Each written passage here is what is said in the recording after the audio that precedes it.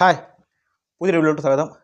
ഇന്ന് വന്നിരിക്കുന്നത് ഹേയ് സവാരി ഗിരിഗിരി. ഇന്ന് വന്നിരിക്കുന്നത് കണ്ണപ്പ റിവ്യൂലോട്ടാണേ. കാശ് കൊടുത്ത് ഒരു സീരിയൽ കണ്ടിട്ട് വന്ന ഒരു അവസ്ഥയാണ്. എന്നുവെച്ചാൽ ഈ ഒരു കാട്ടിൽ നടക്കുന്ന ഒരു കാട്ടപരാധം. നിങ്ങൾ ഇത് സിനിമ ഈ ട്രെയിലർ കണ്ട് കാണണമല്ലോ. ഇത് കാളഹസ്തിയ. ഇതിനകത്ത് ഒരു തീമുണ്ട്. ഞാൻ ഇതിൻ്റെ അകത്ത് ഒരു വീഡിയോ ചെയ്തിട്ടുണ്ടായിരുന്നു. ഒരു തീമുണ്ട്. പക്ഷേ ആ തീം ഇവർ സിനിമയാക്കി കഴിഞ്ഞപ്പോൾ ഒരു പക്ക ഭക്തി സീരിയൽ അതേക്കാട്ടിലും കഷ്ടമാക്കി വെച്ചിട്ടുണ്ട്. ഇതിനെക്കാട്ടിലും എന്ത് നല്ലോണം സീരിയൽ സ്റ്റാർ പ്ലസ് വന്നിട്ടുണ്ട്. ഡയറക്ടർ മുകേഷ് കുമാർ സിംഗ്, റൈറ്റർ വിഷ്ണു മഞ്ജു, ഇതിനകത്ത് മെയിൻ റോൾ ചെയ്തേക്കുന്ന നായകൻ. പിന്നെ ഇതിൻ്റെ മ്യൂസിക് ചെയ്തേക്കുന്നത് എന്തോ സ്റ്റീഫൻ നെരിപ്പള്ളി അല്ല, സ്റ്റീഫൻ ദേവശ്രീയോ അങ്ങനെ പറയുന്ന ഒരു വ്യക്തി. ഒരു കുണവുമില്ല എന്ന് പറഞ്ഞാൽ ഇതിനകത്ത് ഞാൻ പറയാം, എല്ലാം വഴിയേ പറയാം.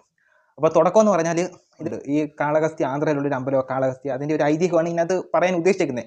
പക്ഷേ ഇത് എടുത്ത് കുളവാക്കി, നല്ല രീതിയിൽ കുളവാക്കി വെച്ചിട്ടുണ്ട്. എല്ലാം കൂടി ഈ ഇപ്പം ഞാൻ പറഞ്ഞ വിഷ്ണു മഞ്ജുവും കുറേ ശരത് കുമാറുണ്ട്, പിന്നെ ലാലേട്ടനും പ്രഭാസ് ഇവരെല്ലാവരും ഉണ്ട്, പിന്നെ അക്ഷയ് കുമാർ, ഇവരെല്ലാവരും കൂടി വന്ന് വെറുപ്പിച്ചിട്ടുണ്ട്. അക്ഷയ് കുമാർ ആരെന്നറിയില്ല, ശിവനായിട്ടാണ് ഇതിനകത്ത് വേഷം ഇട്ടേക്കുന്നത്.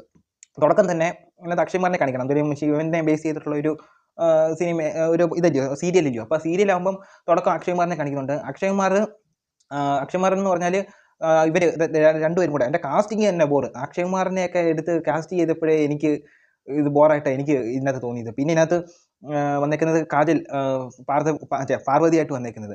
അപ്പോൾ ഇവർ രണ്ടും കൂടെ തുടക്കത്തിൽ ഏണിയും പാമ്പും കളിക്കുന്നതാണ്. അതിനകത്ത് പാർവതി ജയിക്കുന്നതും, പിന്നെ അതിനകത്ത് കുറേ കാര്യങ്ങൾ പറയുന്നുണ്ട്. ഇവരുടെ അർജുനൻ്റെ പുനർജന്മമായി കണ്ണപ്പ, അത് ആ കഥയാണ് ഇങ്ങനെ പറഞ്ഞു വരുന്നത്. പക്ഷേ ഇതിനകത്ത് ഒരു തീമെന്ന് പറയുന്നത് അവസാനത്തെ ഒരു അരമണിക്കൂറുണ്ടല്ലോ, ആ അവസാനത്തെ ഒരു 3 മണിക്കൂറിൽ അവസാനത്തെ അരമണിക്കൂർ അതിൻ്റെ തീം കാണിച്ചേക്കുന്നത്. ബാക്കിയുള്ള മണിക്കൂർ എന്ന് വെച്ചാൽ ഈ 2.5 മണിക്കൂർ എന്തോ ഇതിനകത്ത് കാണിച്ചു വെച്ചേക്കുന്നതെന്ന് ഞാൻ കണ്ടിട്ട് പോയി. എന്നിട്ട് ബോറടിപ്പിച്ച്, ഇതേപോലെ ഉണ്ടോ ബോറടിപ്പിച്ച്. പിന്നെ ഇതിനകത്ത് വന്നേക്കുന്ന പ്രീതി എന്ന് പറയുന്ന ഒരു ആക്ട്രസ് ആണ് വന്നേക്കുന്നത്. ഇവർ രണ്ടുപേരും കൂടെ ഉള്ള ഒരു റൊമാൻറ്റിക് ഉണ്ട്, ഒരു ബാഹുബലിയുടെ കൂട്ടൊക്കെയുള്ള, എന്ന് വെച്ചാൽ തമ്മനെയും ഈ പ്രഭാസും കൂടെ ബാഹുബലിക്കകത്ത് കാണുന്ന കുറച്ച് പരിപാടി ഉണ്ടല്ലോ, അത് ഇതിനകത്ത് തന്നെ. പിന്നെ ബാഹുബലി 2 അമ്പ് ചെയ്യാൻ പഠിപ്പിക്കുന്ന കുറച്ച് സീനുണ്ടല്ലോ, അതും ഇതിനകത്ത് തന്നെ എടുത്തു വെച്ചിട്ടുണ്ട്. പിന്നെ ഇതിനകത്ത് കുറച്ച് ഇമോഷൻ സീന് ഇതെല്ലാം കൂടെ കലർത്തി കൊണ്ടുപോകും, വെറുപ്പിച്ച് സീരിയൽ വരെ ഇതിനകത്ത്.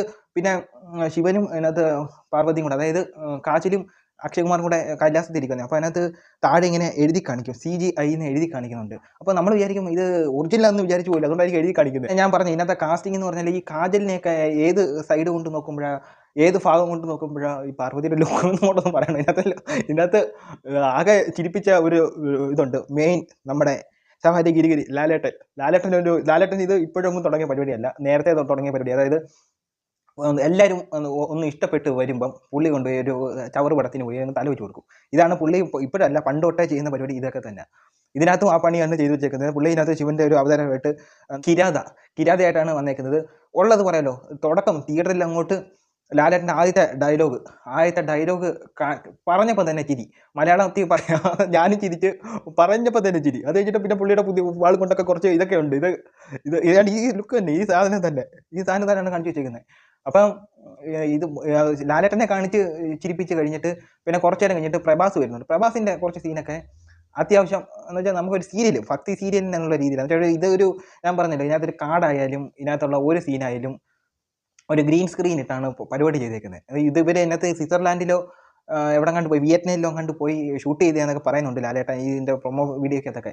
എനിക്ക് തോന്നുന്നു ഏതോ ഒരു മുറിക്കകത്ത് ഒരു പച്ച തുണി ഇട്ടിട്ട് വേറെ ഇവരൊക്കെ ഈ പ്രൊഡ്യൂസർമാരൊക്കെ എനിക്ക് ഒന്ന് പോയി കാണും. എന്നിട്ട് അവിടെ പോയി കുറച്ച് വീഡിയോസ് ഒക്കെ എടുത്തുകൊണ്ട് വന്നിട്ട് ഇതിനകത്ത് ഇവരൊക്കെ ഗ്രീൻ സ്ക്രീൻ കേട്ടിട്ട് അതിനകത്തോട്ട് വെച്ചിട്ടുണ്ട്. എന്തോ എന്ന് വെച്ചാൽ നമുക്ക് ഇതൊന്നും അറിയത്തില്ലെന്നായിരിക്കും വിചാരിക്കുന്നത്. പിന്നെ ഈ വീട്ടിലൊക്കെ ഉള്ള അമ്മമാരൊക്കെ ഉണ്ടല്ലോ, അവർക്ക് ഈ പരിപാടിയൊന്നും അറിയാത്തതുകൊണ്ട് ചിലപ്പം ഇവരെയൊക്കെ കൊണ്ടുപോയി ഇരുത്തി കഴിഞ്ഞാൽ ഒരു സീരിയൽ, ഒരാഴ്ചത്തെ ഒരു സീരിയൽ ഒരുമിച്ച് കാണിക്കുക എന്ന് പറഞ്ഞുകൊണ്ട് കൊണ്ട് ഇരുത്തി കഴിഞ്ഞാൽ ചിലപ്പം അവർക്ക് ഇഷ്ടപ്പെടുമായിരിക്കും. ഇത് നോർമൽ ഒരു സിനിമ എന്നുള്ള രീതിയിൽ എനിക്ക് ഒട്ടും ഇതെനിക്ക് അക്സെപ്റ്റ് ആയിട്ടില്ല. ഇത് സിനിമയല്ല, കാശ് കൊടുത്ത് സീരിയൽ കണ്ടതിൻ്റെ കൂട്ടാണ് എനിക്ക് പേഴ്സണലി തോന്നിയത്. പിന്നെ ഇതിനകത്ത് ഞാൻ പറഞ്ഞില്ല, അവസാനം ആ കണ്ണ് കൊടുക്കുന്നതൊക്കെ, അതൊക്കെ ഇതിനകത്തുള്ള തീം എന്ന് പറഞ്ഞാൽ ഒരു സിനിമയാക്കാനുള്ളൊരു തീമുണ്ട്.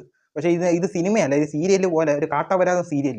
പിന്നെ ഇതിൻ്റെ പ്രൊമോഷൻ വേളയിൽ ലാലേട്ടൻ എന്ന് പറഞ്ഞിട്ടുണ്ടായിരുന്നു, ഇപ്പം ഈ കണ്ണപ്പ മലയാളത്തിൽ ഇപ്പം ലാലേട്ടൻ്റെ തുടരും. ലാലേട്ടനൊക്കെ ഒരു പോസിറ്റിവിറ്റി കഴിഞ്ഞാൽ വേറെ ലെവലിൽ പോകുന്ന ഒരു ആക്ടർ തന്നെയാണ്. പക്ഷേ ലാലേട്ടൻ തന്നെ പറയുന്നുണ്ടായിരുന്നു, ഇത് എല്ലാ പ്രേക്ഷകരും അക്സെപ്റ്റ് ആക്കണം.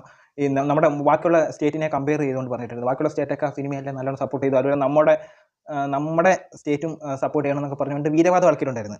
ഇപ്പം ലാലേട്ടനോട് പറയാനുള്ളതെന്ന് പറഞ്ഞാൽ, ലാലേട്ടൻ്റെ കൈ കിടക്കുന്ന 25 ലക്ഷം രൂപയുടെ വാച്ച്, 5 ലക്ഷം രൂപയുടെ ഷർട്ട്. ഇതേപോലെയല്ല ഒരു സാധാരണക്കാരൻ്റെ ജീവിതം, അതേപോലെ അല്ല. ഇപ്പം ലാലേട്ടൻ തന്നെ ചെയ്ത റോള് തന്നെ എടുത്തുക്കോ. ഈ തന്മനസ്സുള്ളവർക്ക് സമാധാനത്തിൻ്റെ അകത്തല്ലോ ഗോപാലകൃഷ്ണ പണിക്കർ, പിന്നെ ബാലഗോപാൽ എം എ. ഇതിനകത്ത് ലാലേട്ടൻ ഒരു സാധാരണക്കാരനാണ്. ആ ഒരു സാധാരണക്കാരൻ്റെ ലൈഫിൽ നിന്നുകൊണ്ട് നിങ്ങൾ ഇപ്പോൾ ഒരു കാട്ടപരാധം പടം ഇറക്കി വിട്ടാൽ ഒരു ഫാമിലിയായിട്ട് പോയിട്ട് ഇറങ്ങണമെങ്കിൽ എന്തുവായാലും ഒരു 1000 രൂപയെ മേളിലാവും. ഫാമിലി എന്ന് പറയുമ്പോൾ 2 പിള്ളേരെ കൂട്ടിക്കോ, വൈഫ്, ഇവർ രണ്ടുപേരും കൂടെ പോയി ഒരു 4 പേര് കൂട്ടിക്കോ, അല്ലെങ്കിൽ അച്ഛനും അമ്മയും കൂടെ പോയെന്നിരിക്കട്ടെ. ഇവർക്കെല്ലാവർക്കും കൂടെ ഉള്ള ടിക്കറ്റ്, ഇവർക്കെല്ലാവർക്കും കൂടെ ചിലപ്പോൾ ഇൻ്റർവെല്ലിന് സ്നാക്സ്, ഇതെല്ലാം കൂടെ ആകുമ്പോഴത്തേനും 1000 1500 രൂപ മേളിലാവും. ഒരു സാധാരണക്കാരൻ്റെ ജീവിതം ഞാൻ പറയുന്നത്.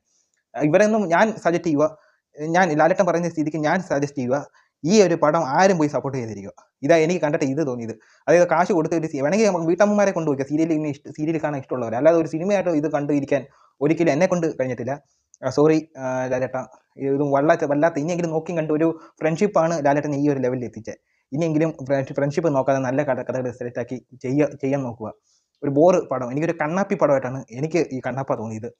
അപ്പോൾ ഇത്രയേ ഉള്ളൂ. അടുത്തൊരു വീഡിയോ വരുന്നത്. ബൈ.